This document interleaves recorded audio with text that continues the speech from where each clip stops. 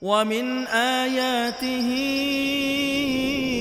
أن خلق لكم من أنفسكم أزواجا لتسكنوا إليها وجعل بينكم مودة ورحمة. Assalamualaikum warahmatullahi wabarakatuh.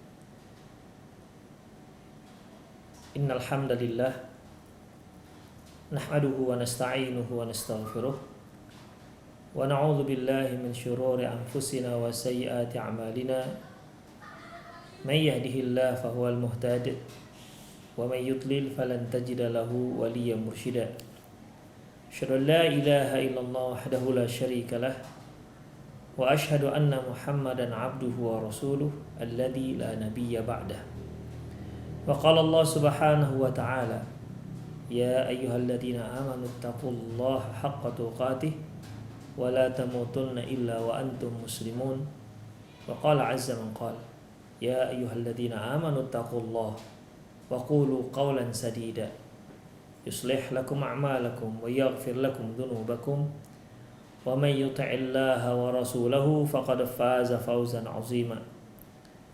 Ya ayyuhan nasu taqu rabbakumul ladzi khalaqakum min nafsin wahidah wa khalaqa minha zawjaha wa batha minhuma rijalan katsiran wa nisaa'a wattaqullaha alladzi tasaaluna bihi wal arham innallaha kana 'alaikum raqiba. Amma ba'du, inna asdaqal hadithi kitabullah wa khairal hadi hadi Muhammad sallallahu alaihi wasallam wa syarral umur muhdatsatuha wa kullu muhdatsatin bid'ah wa kullu bid'atin dhalalah wa kullu dhalalatin finnar. Ma'asyiral muslimin rahimani Allah wa iyyakum. Sore hari ini kita masuk pada nasihat yang keempat yang ditulis oleh Syekh Badr bin Ali Al-Utaibi, di mana sedikit kita ulang bahwasanya beliau menuliskan 20 nasihat untuk para istri, untuk para akhwat. Nasihat yang pertama yaitu apabila seorang istri ingin memperbaiki hubungannya dengan suaminya, maka perbaikilah hubungannya dengan Allah Subhanahu wa ta'ala. Bahkan bukan hanya dengan suaminya, dengan masyarakatnya, dengan tetangganya, dan dengan manusia-manusia yang lain. Beliau mengatakan aslihi ma bainaka wa bainallah yuslihu ma bainaka wa bainan nas. Perbaiki hubunganmu dengan Allah, maka Allah akan perbaiki hubunganmu dengan umat manusia. Nasihat kedua yang beliau tuliskan yaitu at-ta'atu fil ma'ruf minal ma'ruf. Mentaati kebaikan termasuk sebuah kebaikan.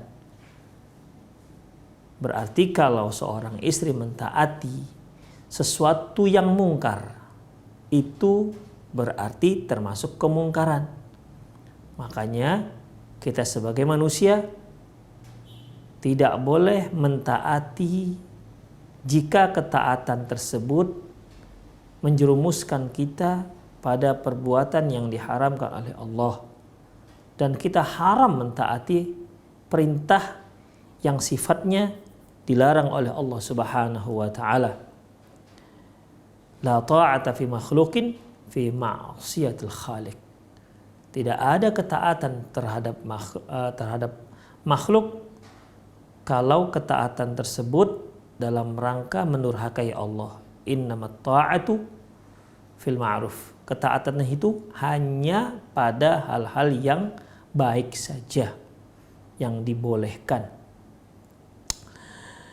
Kemudian yang ketiga, ikhwah, telah kita bahas bahwasanya beliau mengatakan, menasihati bahwasanya karakter kewanitaan anti itu merupakan senjata yang paling hebat, yang paling kuat yang dimiliki oleh seorang wanita. Beliau mengatakan, unusatuki min aqwa aslihatuki, min aqwa aslihatik. Sesungguhnya karakter kewanitaanmu itu merupakan senjata yang paling kuat, yang paling hebat, yang paling canggih lah kalau bahasa kita, dalam rangka menghadapi sang suami. Semakin wanita, semakin Anda tebal kewanitaannya dari sisi cara bicara, kemudian sopan santun, ya, itu bisa mengalahkan seorang lelaki, seorang suami. Ya, bahkan sebagaimana hadis yang telah kita bahas bahwa ya, tidak ada yang bisa mengalahkan seorang laki-laki yang tegas, yang prinsip, melainkan kaum wanita. Jadi intinya, kalau seorang wanita memiliki karakter kewanitaannya kuat, maka hal itu sangat disayangkan, sangat disayangi, sangat dicintai oleh kaum laki-laki, terutama suaminya tentunya. Kemudian yang keempat, ikhwah, nasihat beliau, an-nazafatu wa tartib. Kebersihan dan kerapian dalilun ala sumui akhlaqiki. Itu menunjukkan, ya, itu menunjukkan ataupun bukti, itu merupakan sebagai bukti akhlak anti yang terpuji. Termasuk akhlak menunjukkan bukti bahwasanya anti memiliki akhlak yang mulia. Ya, kalau kita lihat ikhwah, umumnya umat manusia itu suka dengan kebersihan, suka dengan sesuatu yang rapi. Dan kita mengajarkan, kita belajar bagaimana supaya bersih, dan kita belajar bagaimana supaya rapi. Bahkan kita mengajarkan anak-anak kita bagaimana supaya bersih dan bagaimana supaya rapi. Karena manusia yang waras, manusia yang hidupnya normal, itu pasti mencintai kebersihan dan kerapian. Dan Islam merupakan agama yang bersih, agama yang rapi. Makanya kalau kita lihat ikhwah, rahimaniyallahu wa iyyakum, dalam Islam ikhwah, coba lihat bagaimana rapi bersihnya Rasulullah Sallallahu Alaihi Wasallam. Begitu beliau bangun tidur, ya, maka kebersihan tidak terluput dari perhatian beliau. Apa itu? Bersiwak. Ya, seperti yang telah kita jelaskan dalam sunnah-sunnah harian, yaitu sunnah bangun tidur, bersiwak. Bahkan beliau tidak suka kalau ada aroma tidak sedap yang tercium dari tubuh beliau, bahkan dari mulut beliau. Ketika Rasulullah Sallallahu Alaihi Wasallam, ketika Aisyah radhiyallahu anha ditanya tentang apa yang dilakukan Rasulullah ketika beliau mau masuk rumah, apa yang dikatakan Aisyah? Beliau memulai dengan bersiwak terlebih dahulu. Demikian, itulah luar biasanya Islam. Ya, luar biasanya Islam. Makanya ikhwah rahimani Allah wa iyyakum, kebersihan itu sangat diperhatikan dalam syariat Islam, sangat diperhatikan. Ya. Kalau zahir ayat kita lihat, setelah Rasulullah Sallallahu Alaihi Wasallam mendapat wahyu, turunlah ayat ya ayyuhal muddaththir kum fa'anzir. Wahai yang berselimut, kum, bangkitlah, bangunlah, fa'anzir, berikan peringatan. Wa thiyabaka fatahhir wa rabbaka fakabbir wa thiyabaka fatahhir. Kalau kita artikan secara zahir, wa thiyabaka fatahhir, dan bersihkanlah pakaianmu. Demikian, ya. Bersihkan pakaianmu ini menunjukkan kebersihan merupakan sesuatu yang sangat diperhatikan dalam Islam. Demikian ikhwah. Dan tentunya kebersihan itu ada hal-hal yang lebih penting dibandingkan bersih dari sisi zahir. Makanya ikhwah rahimani Allah wa iyyakum, di dalam Islam, ya, kebersihan itu ada dua. Bersih zahir dan bersih batin. Mereka yang bersih batin itu sudah otomatis zahirnya akan bersih. Ya. Zahirnya akan bersih. Batinnya bersih, otomatis zahirnya akan mencintai kebersihan. Rasulullah Shallallahu Alaihi Wasallam pernah bersabda, "Ala inna fil jasadi mudghah." Ketahuilah bahwasanya di jasad ini ada satu anggota tubuh. Idza saluhat saluhal jasadu kulluh. Apabila bersih dia, maka apabila bagus dia, maka bagus seluruh jasadnya. Wa idza fasadat fasadal jasadu kulluh. Tapi kalau rusak ini, maka rusak juga semua jasadnya. Ala wahiyya qalbu, dia adalah qalbu, hati. Ya, dia adalah hati. Bukan hati qalbun yang dikatakan jantung. Ya, qalbun kalau arti letter qalbun itu ya jantung. Jadi kalau jantungnya bersih, maka dia menjadi bersih. Belum tentu. Banyak orang-orang kafir yang sehat jantungnya tapi nggak dikatakan dia orang yang baik. Ya. Ada kaum muslimin yang masya Allah solehah, tapi jantungnya bermasalah. Apakah kita katakan kita coret dia dari kategori soleh dan soleha karena dia sakit jantung? Enggak. Sakit jantung itu sakit fisik. Jadi jantung yang dimaksud di sini, kalbun yang dimaksud di sini, hati yang dimaksud adalah mata hati. Memang hati tempat keimanan. Kalau itu semua baik, maka bagus semua jasadnya. Apabila tidak, maka tidak bagus juga jasadnya. Demikian. Itu artinya apa? Ikhwafin, batin yang baik. Ya. Batin yang baik maka akan menampakkan zahir yang baik. Bagaimana batin yang baik ini ikhwafidin? Batin yang bersih ini. Batin yang bersih yaitu di mana hatinya bebas dari iri, dengki, hasad, angkara murka, dendam. Demikian. Makanya kalau kita lihat ikhwah, ya, orang-orang yang batinnya nggak bersih, kotor, seperti dia suka dendam misalnya. Orang ini akan bermasalah dalam kehidupannya. Ya, akan bermasalah, akan stres. Apalagi kalau dalam hatinya itu banyak kedengkian. Masya Allah. Ketika temannya sukses, dia mulai demam. Begitu pan nggak ada hubungan antara dia dengan temannya. Nggak merugikan dia ketika temannya sukses. Tapi karena dengki tersebut, dia nggak bisa melihat temannya senang. Dia nggak bisa melihat temannya sukses. Demikian. Semakin sukses temannya, hal itu semakin berdampak buruk terhadap dirinya. Kok bisa seperti ini, ikhwah? Gara-gara kedengkian yang sangat mendalam. Akhirnya merusak dirinya sendiri. Mengapa Islam menyuruh kita agar banyak berbaik sangka? Ya. Sebenarnya yang paling beruntung,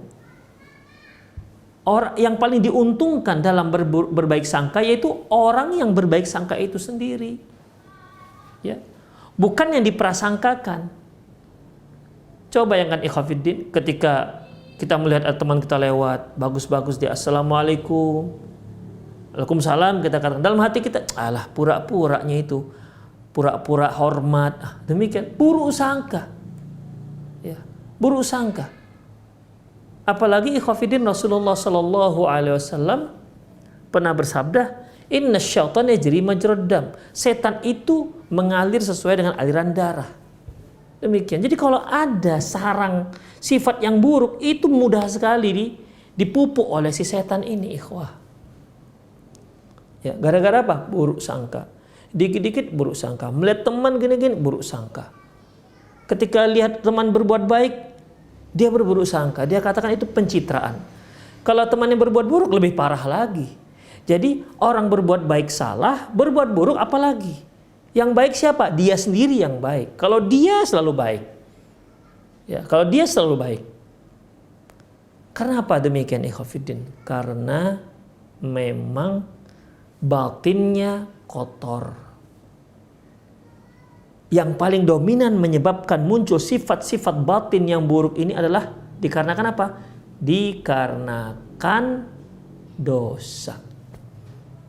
Allah Subhanahu wa ta'ala firman, "Kalla bal rana ala qulubihim ma kanu yaksibun."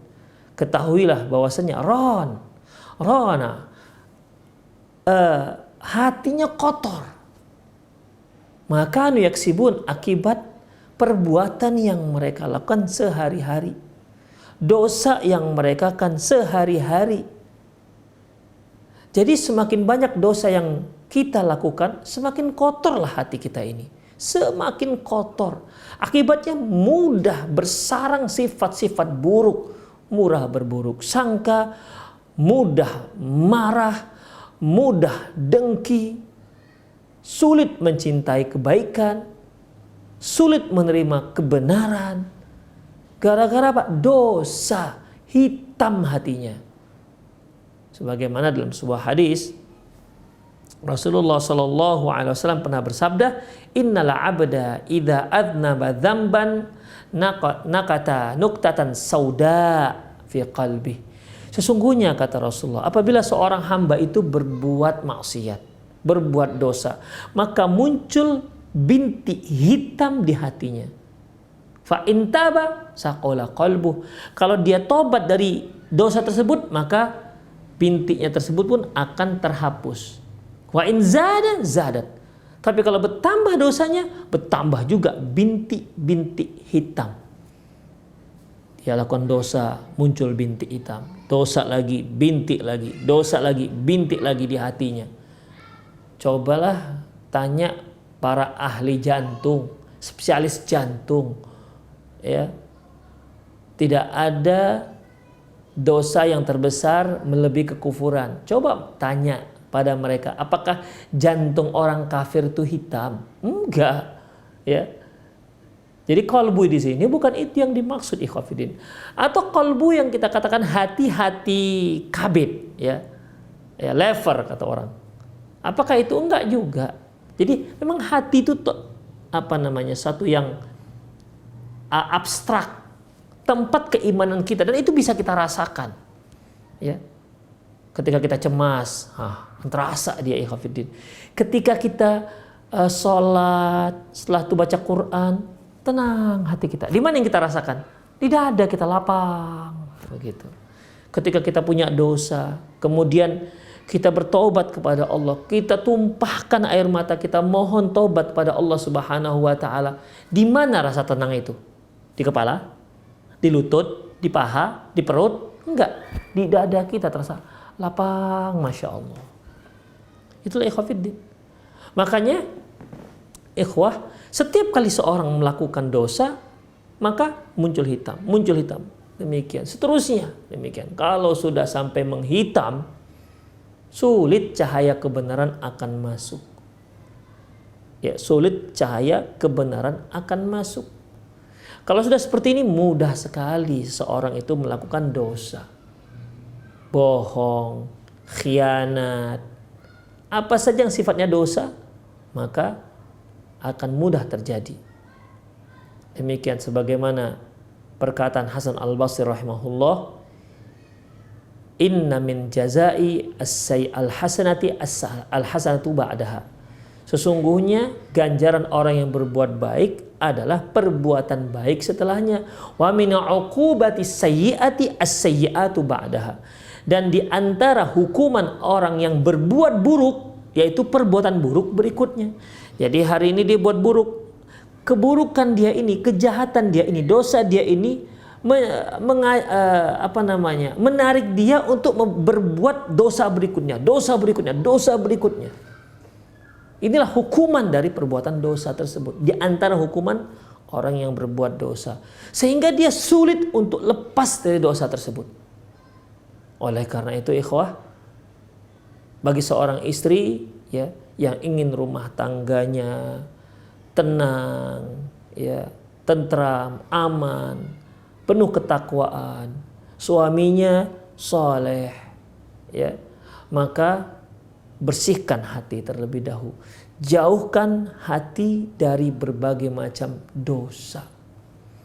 Karena perbuatan dosa itu bisa mengundang hal-hal buruk dalam diri kita dan rumah tangga kita. Ada seorang alim, ya ulama kita di kalangan tabi'in.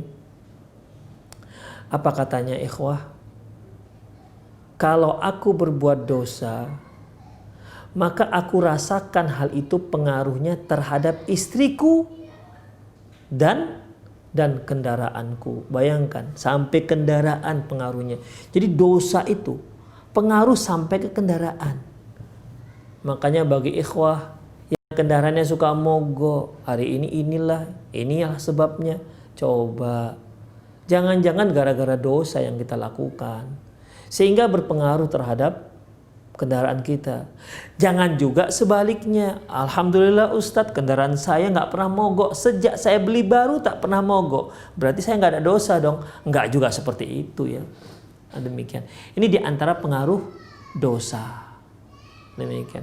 Kalau antum sebagai suami ternyata melihat istri kok sering bermasalah, disuruh tidak mau, demikian, tidak taat, cobalah sang suami introspeksi diri, ya, introspeksi diri, jangan-jangan banyak dosanya. Dan para istri pun nggak bisa dia berdalilkan dengan hal ini ketika dia berbuat dosa. Apakah ini ada yang berdalil seperti ini? Jadi ketika si istri berbuat dosa, berbuat salah, nggak mau taat kepada suaminya, dia akan mengatakan, aku ini kan bang, berbuat seperti ini kan, ini gara-gara kamu buat dosa. Kalau kamu nggak buat dosa, aku akan jadi wanita yang solehah, katanya. Jadi seolah ketika dia berbuat dosa, berbuat salah, ya, apapun kesalahannya, dia akhirnya menuding sang suami, ini gara-gara abang buat dosa, ini pasti abang ada dosa yang abang lakukan ini, yang abang sembunyikan sehingga aku kok mudah berbuat dosa. Enggak juga seperti itu ikhwah, ya. Jadi apa yang disebutkan tadi itu untuk suami. Istri tidak boleh berdalilkan dengan dalil itu, sehingga dia menyalahkan suami ketika dia buat dosa. Demikian ikhwah rahimani Allah wa iyyakum, ya. Jadi dia itu harus upayakanlah seorang istri itu bersihkan batinnya, ya. Dia bersihkan batinnya, karena batin yang bersih ini ikhwah itu bisa membuat bekerja lebih ikhlas. Dia tidak banyak mengharapkan apapun, ya, dia hanya ingin agar suaminya ridho. Demikian ikhwah rahimani Allah wa iyyakum. Karena bagaimanapun kalau seorang istrinya buruk, dia nanti teman-temannya juga buruk. Teman-temannya juga akan buruk. Sebagaimana perkataan orang Arab, at-tuyur bi ashbahiha taqa. Bahwasanya burung itu dia akan bertengger bersama sejenisnya. Misalnya kalau kita lihat ada burung gereja, kalau orang Medan bilang burung yang terbang-terbang hinggap di tiang-tiang listrik itu, burung pipit itu orang Medan bilang burung gereja, ya. Dia nggak akan mungkin dia satu bertengger berbarengan dengan burung merpati.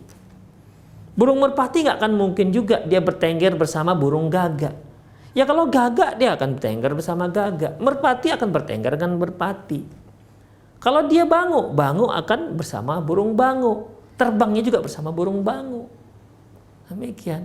Ya. Jadi ikhwah rahimahullah wa iyyakum, begitulah. Jadi seorang istri yang buruk akhlaknya, dia akan juga cocok dengan para wanita-wanita yang buruk. Makanya coba, seorang istri yang solehah, dia nggak suka duduk bersama emak-emak yang suka gunjing. Kadang-kadang di pengajian, sambil ngaji pun masih sempat juga gunjing. Sambil ngaji. Demikian. Ada, bukan tidak ada. Ya. Tapi seorang wanita yang solehah, dia nggak suka duduk di majelis seperti itu. Tapi ada juga ibu-ibu seperti ini, dia mencari-cari majelis seperti itu. Ya. Kenapa? Karena Rasulullah mengatakan ikhwafidin dalam sebuah hadis yang diriwayatkan oleh Imam Bukhari, yaitu al-arwah jundun mujannadah. Al-arwah jundun mujannadah. Fama ta'arafa minha i'talafa, fama tanakara minha ikhtalafa. Ruh itu jundun mujannadah. Itu seperti seperti tentara. Tentara itu kan sudah tersusun, dia rapi. Sudah tentara, ya. Tentara memang sudah tersusun. Biasanya tentara itu ya punya seragam yang sama, begitu. Idza ta'arafa, ya, apabila ruh itu saling mengenal, cocok, maka i'talafa, dia akan cocok. Wa idza tanakara, kalau dia lihat nggak cocok, kalau roh itu nggak sesuai dengan dia, maka iftaraqa, dia akan menjauh, ikhtalafa. Dia akan menjauh, dia akan berpisah. Demikian. Jadi ternyata ruh kita itu begitu, ikhwafiddin. Salah satu sifat ruh yang Allah singkapkan kepada kita. Karena memang kita nggak mengetahui tentang ruh. Sebagaimana firman Allah Subhanahu wa taala, yas'alunaka 'anir ruh, qulir ruhu min amri rabbi, wa ma utitum minal ilmi illa qalila. Kalian bertanya, mereka bertanya tentang ruh. Katakan ya Muhammad, ruh itu adalah urusan Tuhanku. Wa ma utitum minal ilmi illa qalila. Kalian tak diberi ilmu tentang ruh itu kecuali yang sedikit. Di antara yang sedikit itu ini dia. Ar-ruh jundun mujannadah. Ruh itu seperti tentara. Fama ta'arafa minha ikhtalafa, fama ta'arafa minha ikhtalafa, fama tanaqara minha ikhtalafa. Kalau dia cocok, dia akan bersama, dia akan bersatu. Kalau dia nggak cocok, dia akan berpisah. Ya seperti tentara, ikhwatiddin. Indonesia punya tentara, ya. Amerika punya tentara. Pastilah tentara Indonesia ini akan bergabung dengan tentara Indonesia, nggak akan mau dia bergabung dengan tentara Amerika, apalagi ketika terjadi perang, ya. Apalagi terjadi peperangan. Itulah ikhwatiddin rahimani Allahu wa iyyakum, ya. Jadi dalam masalah ini, wahai para istri, hendaklah dia, ya, sering-sering membersihkan batinnya, sering-sering membersihkan hatinya dari berbagai macam kotoran-kotoran dosa, ya, dari berbagai macam kotoran-kotoran dosa.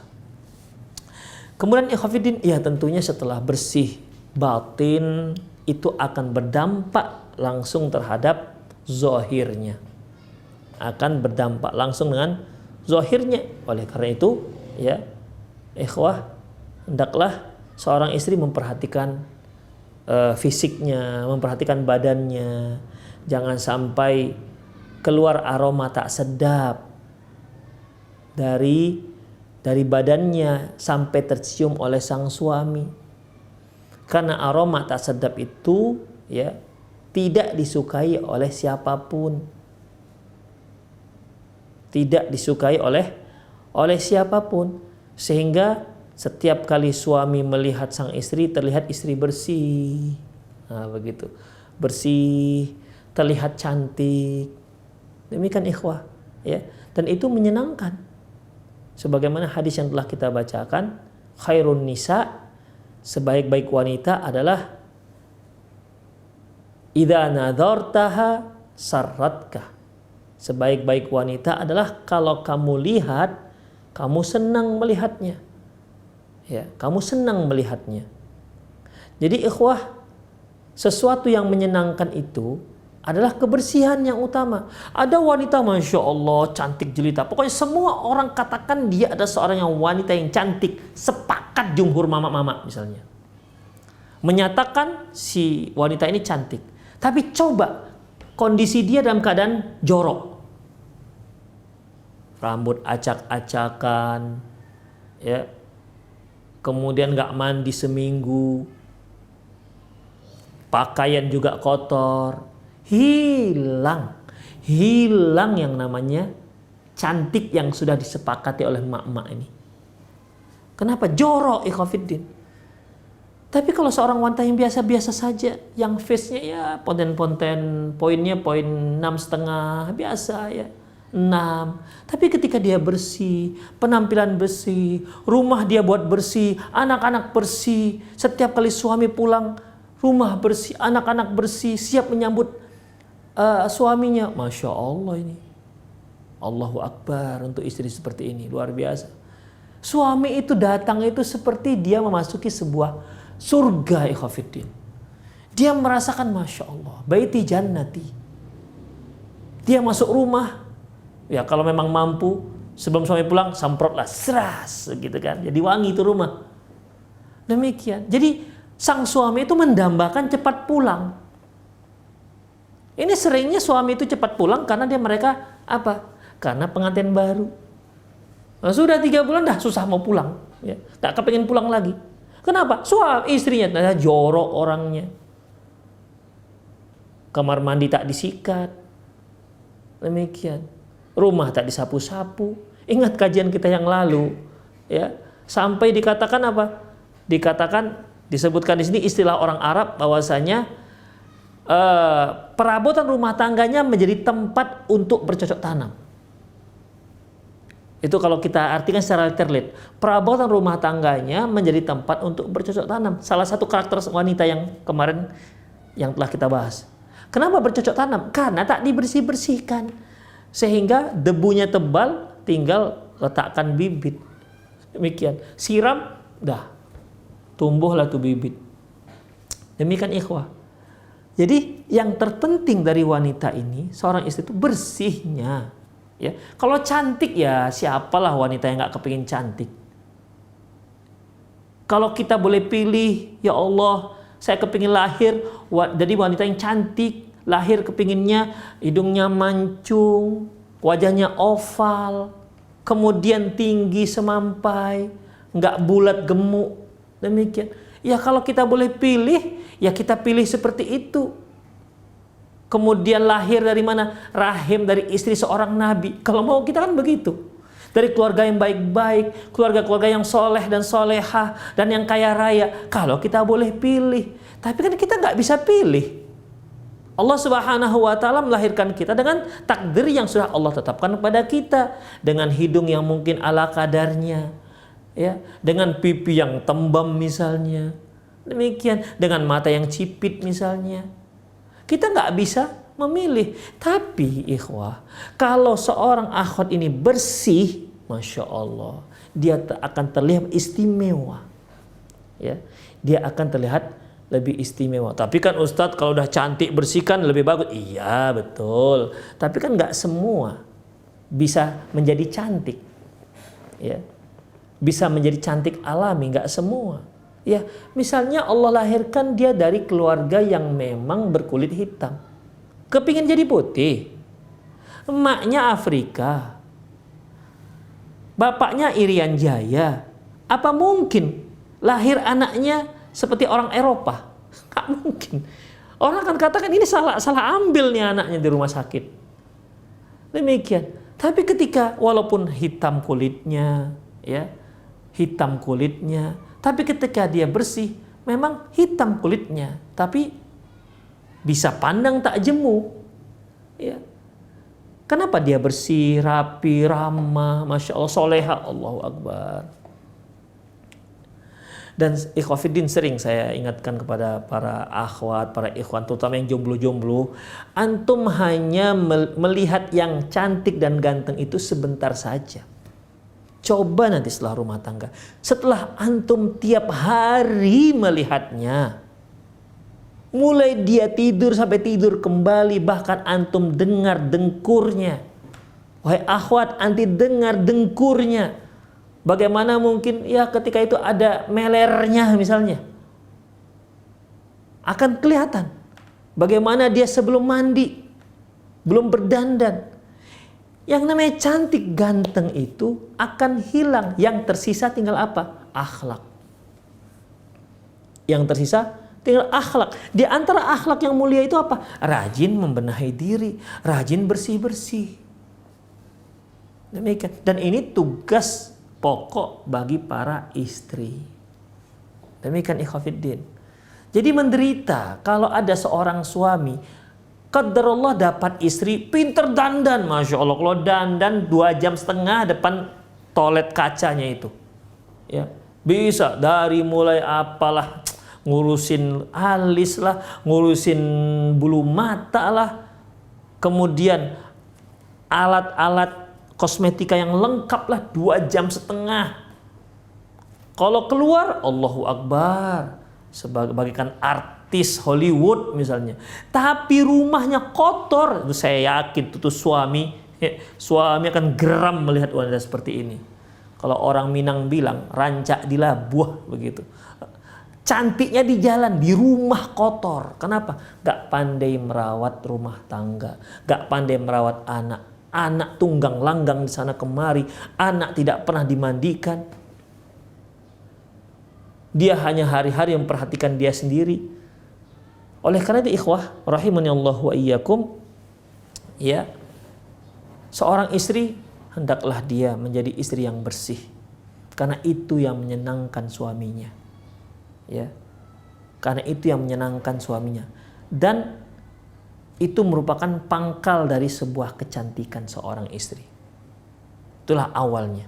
Dia terlihat bersih, Masya Allah ya. Kemudian ikhwah rahimani Allah wa iyyakum. Coba perhatikan dalam sebuah hadis di mana Rasulullah SAW melarang para pria yang baru pulang dari safar untuk untuk pulang tiba-tiba tanpa ada pemberitahuan terlebih dahulu. Ya bahasa kita mungkin pulang tiba-tiba mau buat surprise lah bagi keluarganya. Ini nggak dibolehkan. Ya, nggak dibolehkan. Karena apa? Karena seorang wanita itu dia perlu siap menghadapi suaminya.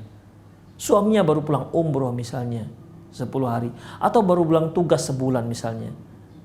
Tentunya seorang istri harus siap-siap menghadapi suaminya dengan penyambutan yang luar biasa, penyambutan dalam kondisi dia terlihat rapi, dia terlihat cantik, rumah bersih, anak-anak rapi, anak-anak sudah wangi siap dicium oleh ayahnya. Demikian ikhwah. Apa kata Rasulullah sallallahu alaihi wasallam? "Idza dakhalta lailan fala tadkhulu ala ahlika hatta tastahiddal mughibah wa tamtashita asy-sya'thah." Kalau kalian pulang malam, jangan kalian tiba-tiba datang ke rumah. Sampai apa? Hatta tastahiddal mughibah. Sampai si orang rumah dia cukur-cukur terlebih dahulu. Mungkin ada bulu-bulu yang lebat, ya. Cukur-cukur terlebih dahulu. Bersih. Jadi bukan hanya yang nampak saja, yang nggak nampak juga perlu dicukur-cukur sehingga terlihat bersih. Demikian. Jangan sampai ketika ketemu dengan suaminya di kamar, begitu dia boleh buka baju, Masya Allah, bulu ketiaknya sudah 10 cm. Lupa bersihkan. Syukur-syukur dua-dua. Ini satu sudah bersih, satu belum. Allahu Akbar, ngeri nih, ikhwah. Jadi sampai yang perlu cukur-cukur sudah siap mencukur-cukur. Kemudian siap bersisir. Jangan sampai begitu suaminya pulang, acak-acakan. Assalamualaikum, abang pulang. Coba, tahulah perempuan kan rambutnya panjang. Coba kalau nggak disisir gimana? Beda dengan laki-laki. Laki-laki kalau rambutnya pendek, nggak disisir ya nggak begitu acak-acak. Tapi kalau perempuan dalam keadaan acak-acak, bayangkan tak ketemu istri selama 2 minggu, begitu ketemu acak-acakan, bau lagi, coba hilang rasa kangen seorang suami terhadap istrinya, hilang. Aduh dek, mesti dek ya, abang mau ke sana dulu. Demikian bang, tapi baru pulang. Iya sebentar ya, sebentar tapi 2 hari lagi pulangnya. Demikian. Jadi ini satu hal yang nggak bisa diabaikan oleh para istri. Demikian. Tuh Islam menyuruh, wahai para suami, jangan kalian pulang tiba-tiba, pulang dari safar tiba-tiba, jangan. Apalagi sekarang kan kita kan bisa komunikasi cepat. Misalnya dia baru pulang kerja, ya kerja seminggu, misal Jakarta, pulang ke Medan, kan bisa deh, insya Allah pesawat abang take off jam sekian, nanti sampai Kuala Namu jam sekian, ya perjalanan dari Kuala Namu ke Medan sekitar kalau macet 1,5 jam lah. Jadi istri itu sudah siap-siap, ya sudah siap-siap ikhwah. Demikian, sudah siap-siap dengan segala sesuatunya, baik rumahnya, anaknya, bahkan dirinya pun sudah siap untuk menyambut sang suami dengan berbagai macam kecintaan yang sangat dirindukan oleh si suami. Demikian, ya itulah. Kemudian faqala Rasulullah sallallahu alaihi wasallam, Rasulullah mengatakan, ya alaika bikais, alaika bil kais. Hendaklah kalian kalau sudah seperti itu, hendaklah kalian curahkan kekangenan kalian kepada istri kalian. Demikian ikhwafiddin, ya dengan lakukan hubungan dan lain-lainnya. Ya kan istri sendiri, bukan istri orang. Demikian. Si istri pun mungkin sudah kangen dengan suaminya. Itulah dia. Tapi coba suami pulang, istri acak-acakan, rumah berantakan, anak bau pesing, Allahu Akbar. Hilang kangennya. Semerta-merta kangennya runtuh. Aduh, kenapalah pulang sekarang? Pengennya mungkin 2 minggu lagi pulangnya. Demikian. Ya. Kenapa ikhwafiddin? Karena memang yang namanya kebersihan itu sangat penting dalam rumah tangga kita. Demikian ikhwafiddin rahimani Allahu wa iyyakum. Jadi hendaklah istri itu bersih hati dulu ya. Bersih hati. Kemudian bersih juga secara zahir. Dirinya bersih, pakaiannya bersih, kemudian anak-anak bersih, teratur rapi. Demikian. Kalau memang dia masih punya waktu, ya perabotannya bolehlah 3 bulan sekali dirubah, begitu supaya nggak buat jemu. Demikian. Atau tanaman depan rumah, kalau memang ada tanaman ya dirubahlah sehingga suami pulang itu seperti terus merasa rumahnya baru. Begitu. Ya ini memang membutuhkan para istri yang telaten. Rumah selalu bersih, kamar mandi bersih. Rasulullah pernah mengatakan ikhwah, nazifu afniyatakum wala tashabbahul bil yahud. Bersihkan halaman kalian. Jangan serupa dengan orang Yahudi. Jangan kalian menyerupai orang Yahudi. Fa innahum tajma'u al-akiba fi durihim. Karena mereka kumpul-kumpulkan sampah di rumah. Islam enggak. Islam bersihkan rumahnya. Rapi, bersih. Jadi rumah itu ikhwah, yang penting itu bersih, bukan mewah. Mewah kalau nggak terbersihkan, nggak akan terlihat indah. Masya Allah sofanya harga sekian puluh juta. Kemudian di sisi kanan ada keramik yang sekian puluh juta, mungkin dibelinya dari Jerman sana misalnya. Di sana ada lagi pokoknya benda-benda perabotan, furniture rumah tangga. Itu semua nggak akan indah kalau nggak dibersihkan. Hilang keindahannya. Tapi Masya Allah rumahnya sederhana. Mungkin dia nggak punya sofa, hanya karpet, tapi bersih. Tapi bersih itu akan lebih nyaman, membuat si penghuninya lebih nyaman ketimbang mewah tapi kotor. Ya, demikian. Makanya Islam itu lebih menekankan apa? Lebih menekankan bersihnya, bukan mewahnya. Ya, ingat, Islam lebih menekankan bersihnya bukan mewahnya. Ingat, Innallaha jamil yuhibbul jamal. Allah itu indah, suka dengan yang indah. Kalau Allah sudah suka dengan yang indah, Allah suka dengan para istri yang indah, maka Allah Subhanahu wa taala akan mendatangkan para suami-suami yang suka dengan keindahan. Demikian. Karena apa? Al-arwah junnun mujannadah. Jundun mujannadah. Roh itu dia seperti tentara. Seperti tentara. Idza ta'arafa, ya, apabila mereka saling mengenal, ya, maka iktalafa, dia akan bersatu. Fama tanakaro, kalau dia enggak mengenal, ikhtalafa, dia akan terpisah. Demikian, akan terpisah. Demikianlah nasihat yang keempat yang disebutkan oleh Syekh Badar bin Ali Al-Utaibi, bahwasanya ya, an-nazafatu wat tartibu dalilun ala sumui akhlaqiki.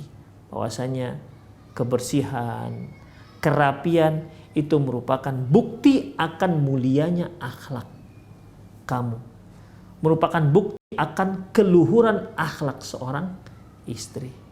Saya kira itu sajalah. Aku qouli hadza wa astaghfirullah li wa lakum wa lisal muslimin innahul ghafurur rahim. Bagi para pemirsa dan pendengar yang ingin bertanya, silakan kirimkan ke pesan singkat 0895 6113 27778.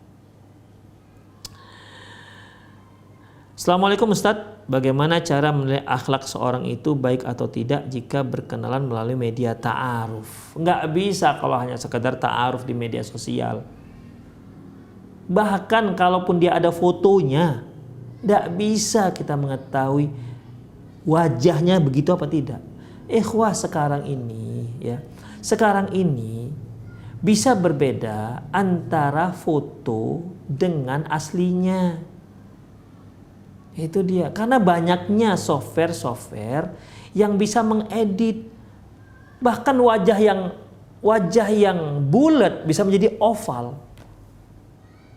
Demikian, mata yang sipit bisa menjadi belok, begitu. Warna yang hitam bisa menjadi putih. Jadi tidak bisa ta'aruf melalui media sosial. Termasuk juga ucapan-ucapan. Ucapan kan bisa disetting dari awal. Ditulis kemudian diedit. Oh, ini kurang bagus. Demikian. Itu gak bisa melambangkan ya yang aslinya. Jadi untuk ta'aruf dari media sosial itu hanya bisa di awalnya saja. Ya, di awalnya. Selanjutnya ya, kita harus tahu orang aslinya bagaimana. Kemudian tanya teman-temannya. Itu dia.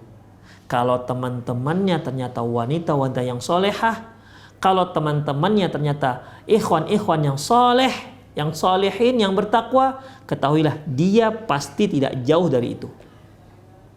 Tapi kalau ternyata teman yang tidak baik, apalagi sampai dia ada teman funky misalnya, pasti dia tidak jauh dari itu. Makanya Rasulullah SAW bersabda, "I'tabirun nas bi akhdanihim." Kalian bisa menilai seseorang dari siapa teman dekatnya. Ya, teman dekatnya. Itulah dia. Itu cara menilai orang. Karena seorang itu gak akan bisa punya teman dekat kecuali dia sama dengan temannya. Sama seperti hadis yang kita sebutkan tadi. Al-arwahu jundun mujannadah. Roh itu seperti pasukan perang. Ya. Seperti pasukan perang. Fama ta'arafa iktalafa. Kalau dia cocok, dia akan bersatu. Fama tanakara ikhtalafa. Yang dia gak cocok, dia akan pisah. Jadi kalau ada orang yang terlihatnya solehah, tapi kok teman-teman dekatnya nggak solehah, ya tandanya dia tuh pura-pura. Pura-pura tuh berarti bersandiwara di depan antum, bersandiwara di depan anti. Demikian. Lihat siapa teman dekatnya, tanya orang-orang siapa teman-teman dekatnya. Itu cara mengenal orang tersebut akhlaknya baik atau tidak, agamanya bagus atau tidak. Demikian. Allahu a'lam bishawab. Itu cara yang paling mudah. Ya. Cari tahu siapa teman dekatnya. Karena umumnya seorang itu punya teman dekat. Umumnya dia punya teman dekat.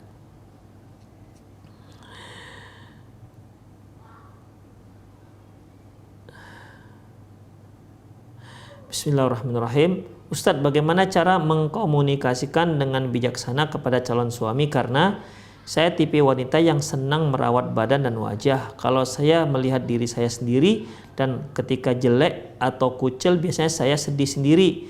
Saya takut nanti suami pelit dan tidak perhatian terhadap kebutuhan saya tersebut. Atau apakah hal tersebut tidak perlu disampaikan kepada calon suami? Ustadz, jazakallah khairan, barakallah fiqh. Wa jazakillah khairan wa fiqhi barakallah. Boleh anti ceritakan hobi anti ini kepada suami, calon suami. Boleh, ya. Nanti dinego. Terkadang ada akhwat itu ya karena orang tuanya mampu, jadi dia punya jadwal ke salon. Dia punya jadwal ke salon kecantikan.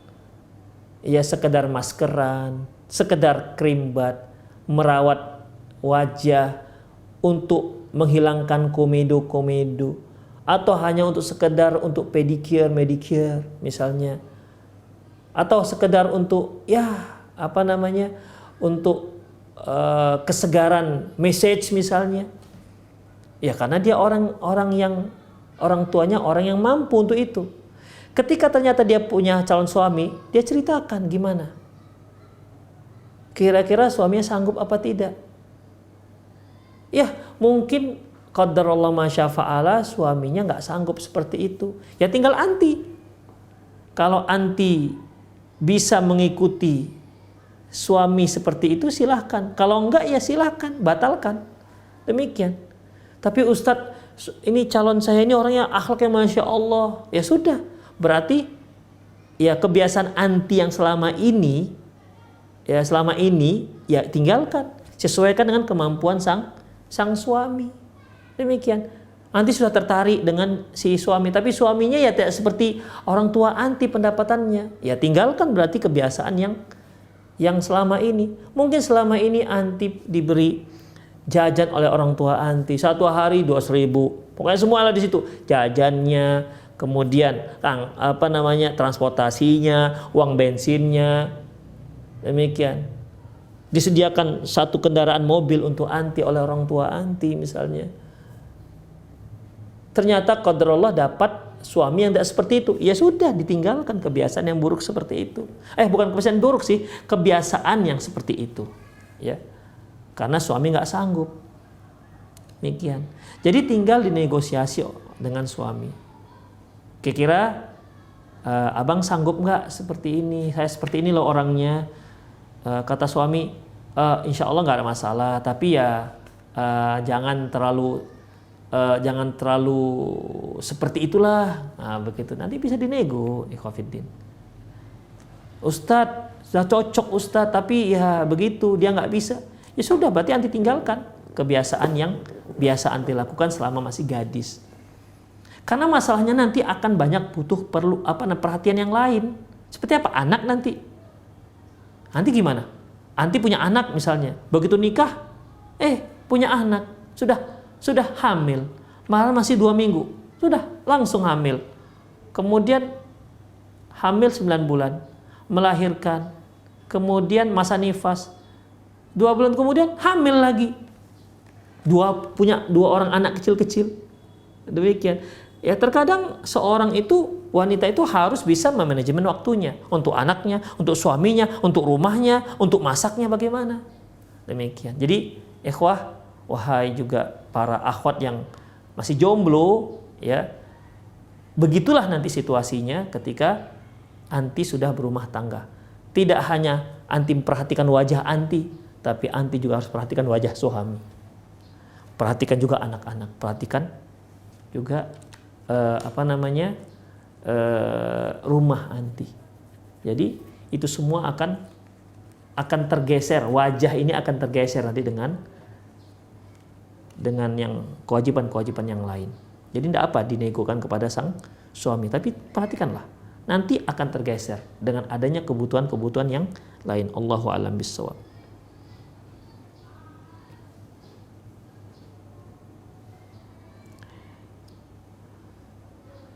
Assalamualaikum Ustadz. Ustadz, mohon nasihat jika seorang calon pasangan ikhwan ingin tinggal bersama istri di rumah orang tua karena dia anak tunggal. Jazakumullah khairan. Ya sama seperti itu. Ya tinggal dinego dengan sang istri. Ya, Dek gimana Dek? Ini abang anak tunggal. Orang tua yang laki sudah meninggal, tinggal ibu lah ini. Gimana, kan nggak mungkin kita kami pisah. Demikian. Ya. Karena ingat ikhwafiddin, ketika Rasulullah ditanya, man ahaqqun nas bi imra'atin, siapa orang yang paling berhak terhadap seorang wanita? Rasulullah menjawab siapa kemarin? Zaujuha, suaminya. Wa man ahaqqun nas bir rajul, tanya lagi, siapa orang yang paling berhak terhadap seorang laki-laki? Apa jawab Rasulullah kemarin? Ummuhu, ibunya. Ya. Jadi ya begitulah bedanya antara wanita dengan kaum laki-laki. Jangan sampai istrinya menyebabkan suaminya terpisah dengan ibunya. Yang biasanya dia bisa berbakti, semenjak dia beristri, suami tidak lagi mampu untuk berbakti kepada orang tua. Karena apa? Karena sudah disibukkan dengan istrinya. Karena ditekan dipres oleh istrinya, jangan sampai dia ketemu dengan ibunya. Allahu Akbar. Gak bisa, ya, gak bisa seperti itu. Dia harus, ya, bisa tetap berbakti kepada orang tuanya, ibunya. Bagaimana kalau si istri selalu wangi, bersih, sedangkan suami tidak pernah wangi? Sudah dinasihati tapi tidak pernah dipakai. Ini telah kita bahas dalam klinik pranikah, ya. Allah Subhanahu wa taala menyebutkan walahunna mithlu ladzi 'alaihinna bil ma'ruf. Sungguhnya wanita itu punya hak sesuai dengan kewajibannya. Jadi dia punya hak, dia juga punya kewajiban. Wanita punya hak, punya kewajiban apa itu? Bersih, cantik di hadapan suaminya. Dan mereka juga punya hak untuk mendapatkan perlakuan yang sama. Jadi si suami juga seperti itu di hadapan sang istri. Kalau si suami ingin istrinya selalu wangi, ya dia juga harus wangi depan istrinya. Jangan dia, Dek kamu harus wangi lah Dek. Dia sendiri Masya Allah bau keteknya luar biasa, 2 meter orang gak tahan. Ya gak bisa seperti itu. Jadi harus sama. Makanya Ibnu Abbas kan pernah mengatakan, ya ini sudah kita bahas, bahwasanya aku suka berhias untuk istriku sebagaimana aku suka istriku berhias untukku. Ini baru pasangan yang ideal. Gak bisa seorang suami menuntut sebelah pihak, Dek kamu harus cantik, kamu harus wangi. Abang terserah abang lah. Oh, gak bisa seperti itu, ya. Gak bisa, ya. Suaminya juga harus terlihat rapi, kemudian harus terlihat tampan, juga harus apa? Harus wangi juga. Terutama wangi lah, ya, wangi, ya. Makanya tengok Rasulullah. Ketika yang kita sebutkan tadi, apa yang pertama dilakukan Rasulullah ketika dia mau masuk rumah? Gosok gigi. Siapa di antara kita setiap kali mau pulang ke rumah gosok gigi dulu? Tidak ada, jarang sekali ikhwatiddin. Padahal ini sunnah Rasulullah SAW. Ini termasuk sunan mahjurah, sunnah yang ditinggalkan. Supaya apa? Supaya wangi. Jangan sampai suami itu masuk, Assalamualaikum, istri mau tutup mulut, mau tutup hidung, segan dengan suaminya, mau nggak ditutup, mau muntah dengan aroma mulut suami yang nggak karuan. Ada lagi parah ikhwatiddin.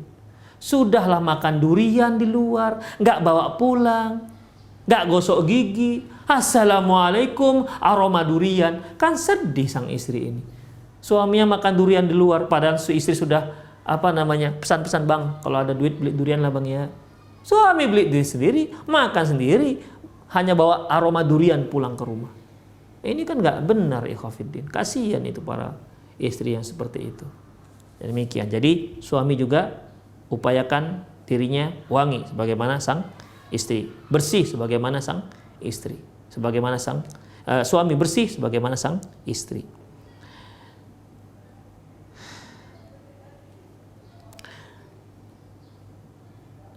Ustadz, bolehkah menceritakan pada calon kurang pandai dalam mengurus rumah? Tip Ustadz biar tak pemalas, bagaimana dengan telaten dalam urusan rumah? Jazakumullah khairan. Begini ikhwah,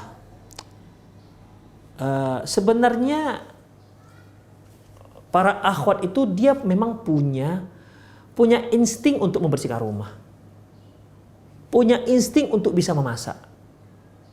Makanya sebenarnya setiap wanita itu dia bisa untuk telaten dengan rumahnya. Hanya ketika dia gadis, karena sudah punya pembantu, terkadang juga karena orang tuanya, udahlah nak, kamu nggak usah bersihkan rumah, kamu belajar aja, udah belajar dah. Rumah mama yang bersihkan, masak mama, kamu belajar aja, begitu. Kadang-kadang orang tua ini nggak kepingin tugas rumah itu mengganggu pelajaran anaknya. Dia lupa, padahal itu juga berupa pendidikan. Dia lupa mendidik anaknya akan menjadi seorang istri. Ya bagaimana ikhwah? Ya, dia harus melatih dirinya untuk bisa memperhatikan rumah. Dia harus melatih dirinya untuk bisa telaten dengan rumahnya. Ini rumah suaminya.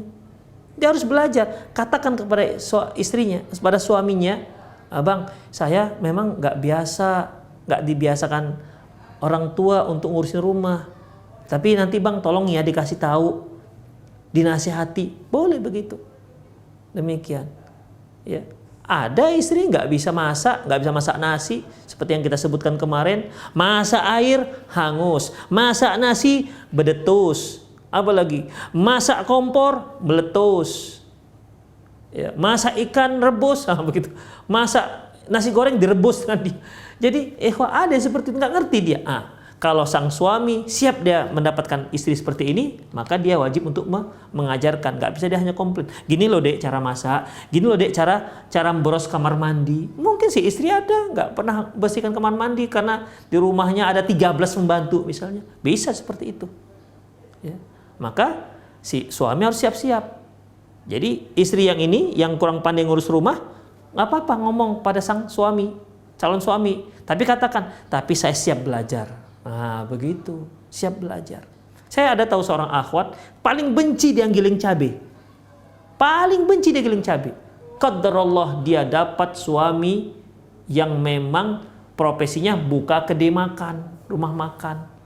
Akhirnya suaminya menyuruh dia untuk dialah yang bertugas untuk giling cabai. Sekarang Masya Allah sangat piawai yang giling cabai, pakai pakai gilingan batu itu. Paling pandai.